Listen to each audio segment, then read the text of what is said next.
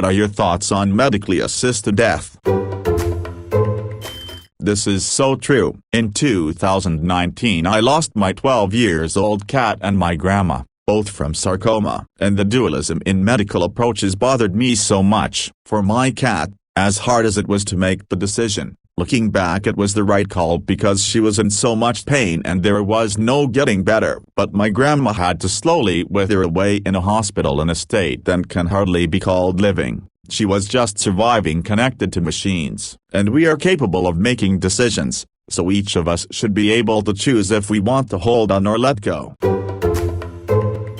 Like Christopher Hitchens so succinctly put it, religion poisons everything. I bet there are profoundly cogent theologians, inside their convoluted framework cogent, that is, who would argue why a human's life is especially important to prolong to its last agonizing second, while a mere animal, probably regarded as soulless, can be euthanized in dignified mercy. To me it's one of the most wicked concepts imaginable. You are declared as not mundig, to choose ending your own life with dignity because it curtails the religious supremacy of some band of delusional footheads, who time and time again have shown that their supernatural concepts are based in obtuse dogma yielding immense pain and suffering for whomever they declare power over. Need a suffering fetish is in some sense of providential self-flagellation to gain perverse closure to your tortured superhero on the cross. Mundig is a German term in philosophy, Kant's Enlightenment, which as far as I know doesn't have a full equivalent in English. In some form it's mature, as in, ripe enough to make own important decisions, but more in an emancipation sense. Habermas called it authorship over your existence. I agree, however, that's not the problem. The problem is that you're then making it legal to have someone put to death, and there are a lot of factors involved. Are they sound of mind? Who are the beneficiaries? Who is ultimately responsible for the decision/act? So whilst it is the humane thing to do, the actual work, legalities need to be practically watertight to avoid issues, complications. It's a very gray area indeed. When someone shoots themselves or hangs themselves, we don't blame the gun seller or manufacturer or rope seller or manufacturer. Selling someone the cocktail needed to facilitate suicide should not be illegal. As far as I'm concerned you should have the right, especially for those who try and botch it and end up with terrible repercussions, as one of my mates did. Until the day he did pass I thought mentally about if he had asked if I would have helped him, and if it was legal I would have, but being illegal I would not have risked my family. It sounds stupid in comparison, but it tore my heart and put me through hell.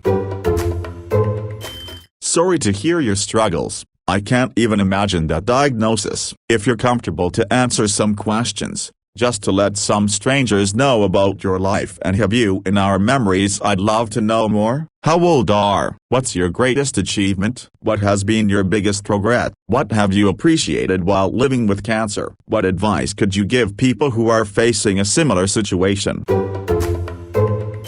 I'm not going to kick the bucket anytime soon. Just saying. I just turned 39. I view my greatest achievement as coming out of an insanely traumatic childhood as a surprisingly undamaged person who has not made the same mistakes my parents made. I don't live my life with regret. I learn from things and I move on. I don't dwell on them and punish myself. I appreciate the small things in life, enjoying reading a great book, watching Bob's Burgers, spending Father's Day with my dad, reconnecting with my estranged mother and helping my sister understand I could not have done this without her. I tell other people in a situation like mine to be your own advocate. Always speak up for yourself. Don't apologize when you're upset. If you need to cry, do it. If you're overwhelmed, no problem. These feelings are intense and your own. This shit is intense. I hold nothing back and I'm not sorry about it.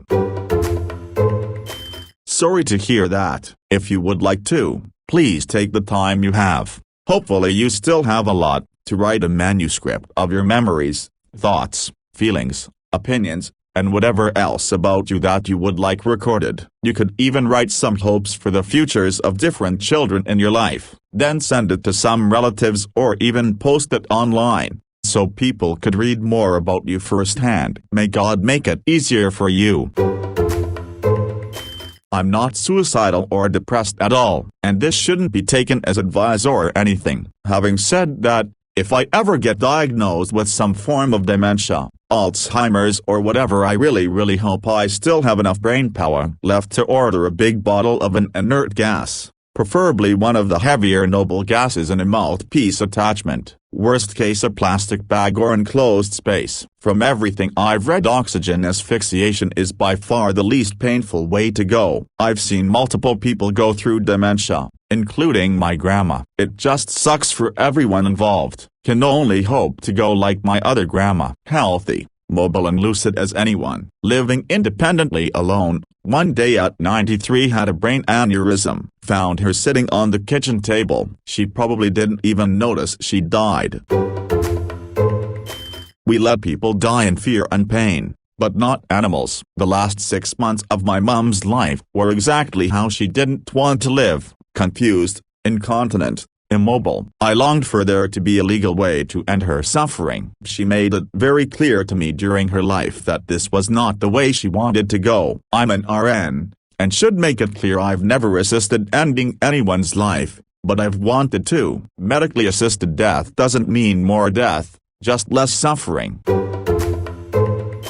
Yeah, same here. Mom had stage 4 cervical cancer and ended up with a large brain tumor as well. Within the last 2 weeks of her life, she went out how nobody should have, in constant pain, immobile, incontinent, and just completely brain dead. You could see the glaze over her eyes. The last 2 days of her life was her being completely despondent outside of her having whole body shakes due to pain. It was fucking heartbreaking to watch her go out like that. I desperately wish that medically assisted death was a thing in that moment. I still do. No one should go through that.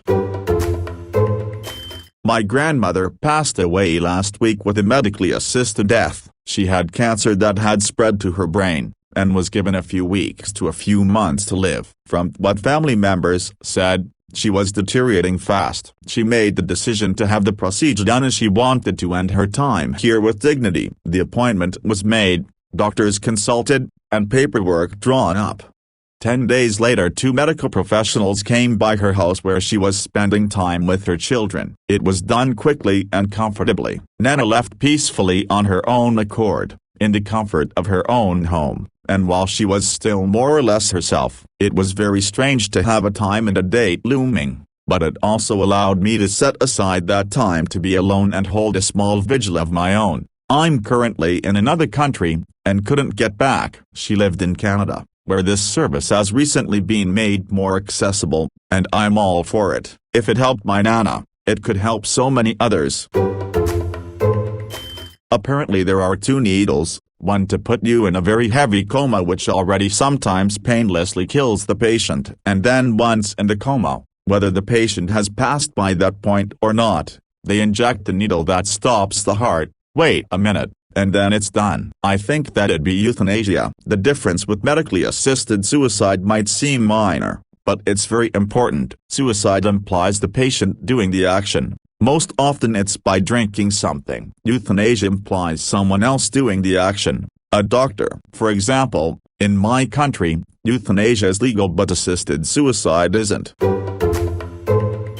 I can only speak for Belgium. I don't know exactly why or how it grew this way. It has to do with the way euthanasia is defined legally here. It's an exception on the laws against murder, which means that a doctor who doesn't follow all precautions might get on trial for murder. Only recently there was a huge trial with 3 doctors after the family of the patient sued them. The patient got euthanasia for unbearable mental suffering, which is legal here since a couple of years. But the family argued that not all criteria had been fulfilled or something. Don't remember the exact details. Anyway, personally I'd like to see assisted suicide and euthanasia both legal, but I realize we're already very progressive in this regard and that in most countries this topic is still taboo.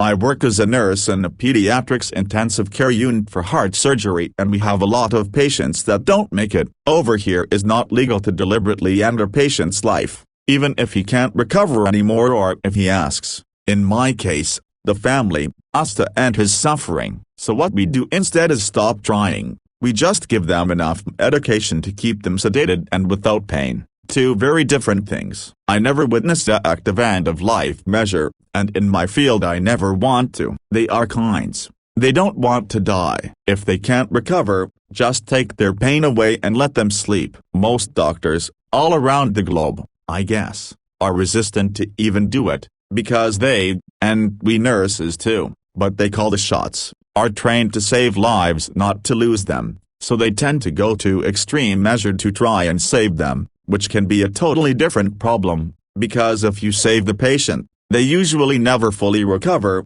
and if they don't, you just drag the patient and their families through a very painful process. Edit typo. So it's okay to do it in Canada? My uncle was diagnosed with Parkinson's and he was about to do it too. I think in that time it was only done in Sweden or something like that, but the doctors wouldn't let him. Now he cannot go to the toilet by himself, he cannot take his own medication. He needs special care nearly 24/7. I think he would be better off with medically assisted death. Skeptical. This is my grandpa right now. First he had colon cancer and prostate cancer, then it spread to his lungs and various other organs. He's now got huge tumors poking out of his back and pressing on his intestines, so he throws up more than he consumes a day. Only takes Tylenol for pain. He's preparing and I know it. Sends me pictures of my grandma's grave. I live in fear that my doctors will refuse stronger painkillers once my pain progresses past what it is now. It's been getting worse for years and living life has been getting steadily more difficult. I'm only 23. I don't want to spend the next 60-odd years in agony. I'd take the addiction over the pain any day.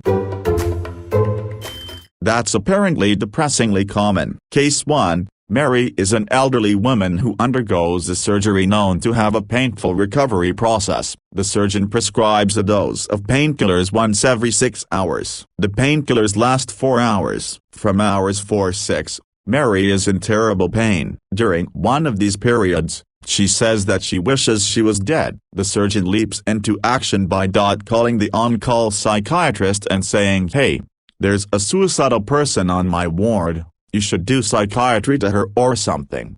I am the on-call psychiatrist. After a brief evaluation, I tell the surgeon that Mary has no psychiatric illness but needs painkillers every 4 hours. The surgeon lectures me on how there is an opioid crisis, and we can't negotiate with addicts and drug seekers. I am a consultant on the case and can't overrule the surgeon on his own word. So I just hang out with Mary for a while and talk about things and distract her and listen to her scream during the worst part of the 6-hour cycle. After a few days the surgery has healed to the point where Mary is only in excruciating pain rather than actively suicidal, and so we send her home. It should be a right for every human to choose when terminal. We euthanize our pets but not our loved ones. We allow our loved ones to suffer miserably at the end of life. I was a hospice nurse and saw the suffering firsthand. It is inhumane to allow that. My cousin died from a brain tumor and wanted to be at home with her family. When she died, her last 3 days, she lay begging someone to kill her because of the excruciating pain she was in. It was sheer torture for her, her family and her hospice nurse. My mom and her siblings did everything they could to keep my nana alive. By the end she was barely conscious with supports on her joints and constant illness and infection. There were no more joyful quick-witted comments, no more random acts of kindness, just her in a bed with breathing so shallow you'd have to watch to be sure she hadn't just stopped. It was heartbreaking to see her in that state, and to see my mom and my aunts, uncle try and cling to the person she used to be. I miss her every day but I'm glad she's no longer in pain. I just went through this with a good friend in Canada. He had a glioblastoma, and was given 6 months to live. Ultimately he lived for 15 months, but he wanted to be sure he could end his life when things got bad for him. So he made the necessary preparations. I'd long known he'd made those plans. I wasn't sure how I felt about it, but as I was caring for him for the last 6 weeks of his life I got to witness the process firsthand. Long story a bit shorter, towards the end my friend could no longer walk or speak. He could understand everything you said to him, but he couldn't find the words to reply intelligently. In his frustration, he made it clear that he was ready, so we explicitly asked him if he was ready to die. He said yes. The next day 2 nurses came to his home. They talked to him and confirmed that he wanted to end his life. So, while sitting in his favorite recliner, they put an end for his immediate family and I sat with him. The nurses administered medication that made him fall asleep. Then they administered a second medication that stopped his breathing. In less than 5 minutes he was gone. I don't know if I'd have the courage to make the decision my friend did, but I didn't experience his suffering. Being present for him as he ended his life has convinced me that having the option to end your life on your own terms is the absolute right thing to do. There's no reason someone should have to continue to suffer when they know all they have to look forward to is more suffering. I'm very grateful that my friend had the option available to him. Had he been in my state in the US, that wouldn't have been possible, but it should be.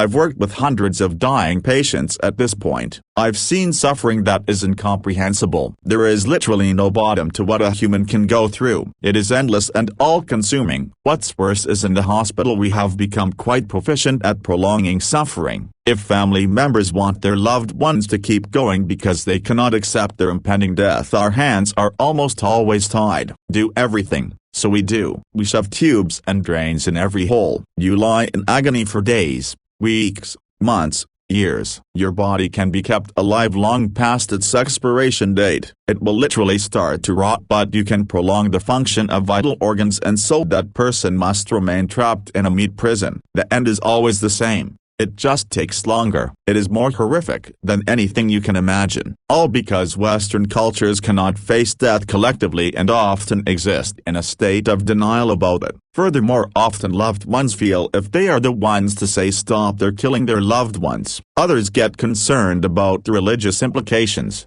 as if some great deity would cast judgment on them for not keeping their family member in a state of purgatory for as long as possible. So to answer your question, after years of taking part in that, yes, I support euthanasia. I think our threshold for its use should be very low. I see death as an inevitable part of life, and one of my greatest joys is being able to help someone pass without pain and in peace with their dignity.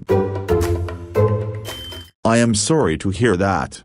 I wish I knew my parents are going to die, so I could try and focus on our time a little bit better, but it is never easy to lose a parent, no matter how they went. Besides allowing people dignity to pass away in their own terms, it is very important for Allah to recognize this. I am sure that many people suffered so far because they were afraid of insurance after their death, and whether their cause of death on the death certificate would impair families' chances of getting that insurance claim. My mother had a series of strokes that left her almost totally paralyzed other than her left hand. She had brain damage that meant she couldn't tell reality from dreams, so a nightmare would become real to her, leaving her terrorized for days. She was also blind and nearly totally deaf. She suffered like that for years, getting great care, being fed boiled dog food, crying and begging for it to end, until finally gangrene killed her, rotting her alive from the feet upwards. It's given me a terror of getting old and helpless. Please smother me with a pillow before I end up like that. If she had been a dog or a cat, we would have gone to prison for not putting her to sleep, but because she's human, she had to suffer horribly until they couldn't keep her alive any longer. I am for it. For those against, maybe having two MDs sign off on the documentation that the patient is terminal and is aware of the decision they are making. Another rule should be, once this patient makes this decision and a legal document is signed, that the family cannot override the patient's wishes. Like what we see with DNRs, that family can override the patient's wishes and have CPR started. As a nurse, we have to change what we are doing. Keeping someone alive when they are gone from dementia is just wrong, period. The patient and families deserve compassion and a quick end rather than the prolonged nightmare that dementia brings. From a Dutch perspective, America does not need to reinvent the wheel. There are many countries, including mine, that have laws regarding euthanasia that have been in place and improved for decades already. All America needs to do is look at countries where it works and copy their laws. They could do that with universal healthcare and many other issues as well, like police training and such.